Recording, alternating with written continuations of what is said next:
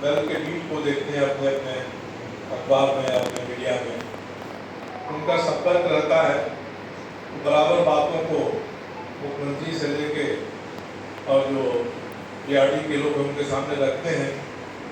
तो एक बात आ जाती, चलो ये बात रोज कर रहे हैं तो हम भी कोई कर देंगे इनके लिए।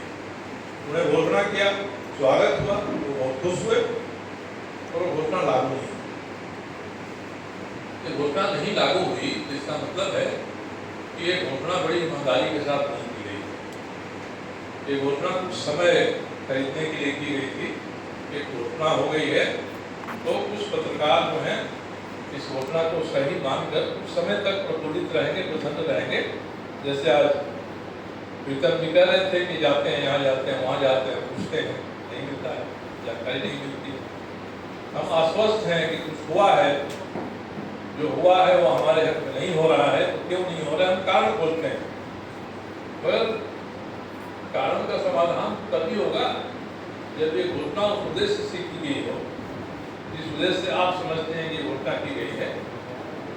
और अभी भी तरह तरह के हम लोग भी कई बार पूछते हैं, पत्रकार हैं, परिभाषा क्या होगी, हम किनको सुविधाएं देंगे, किनको संरक्षण देंगे। तो बात आती है कौन मान्यता प्राप्त है, किसका एक्रेडिशन है, कौन कितने दिनों से कहाँ काम कर रहा है, इसका जिले में जो बीआरडी उससे क्या संबंध है। ये कई चीजें उठती हैं, होती हैं, पहले होता है। तो वित्त विभाग को घोषणाओं पर नहीं चलेगा। वित्त विभाग को जब सरकार निश्चित निर्देश देगी कि नहीं आपको ये करना है, तो वित्त विभाग करेगा, या वित्त विभाग सरकार को अपनी कठिनाई बताएगा, सरकार उसका समाधान खोजेगी, सरकार निर्णय लेगी। नहीं चलिए हमने अपनी तरफ से निर्णय लिया। कैबिनेट कोई निर्णय ले लेता है, उसको कोई खामी नहीं निकाल सकता। कहा जाता है कि कैबिनेट को इतना पावर है कि वो मर्द को औरत और औरत को मर्द बनाने के अलावा कुछ भी कर सकता है सरकार के लिए, समाज के लिए। और जो कर देगा उस पर कोई कोर्ट या कहीं से कोई सवाल नहीं उठेगा, क्योंकि तो साहब कैबिनेट ने कर दिया। तो जब तक कैबिनेट में ये भावना नहीं आएगी और इस तरह के उद्देश्य से घोषणाओं को नहीं देखेगी सरकार, तब तक नीचे वित्त विभाग या बीआरडी वाले लोग कुछ कर नहीं सकते हैं। उनके हाथ भी बंधे हुए हैं।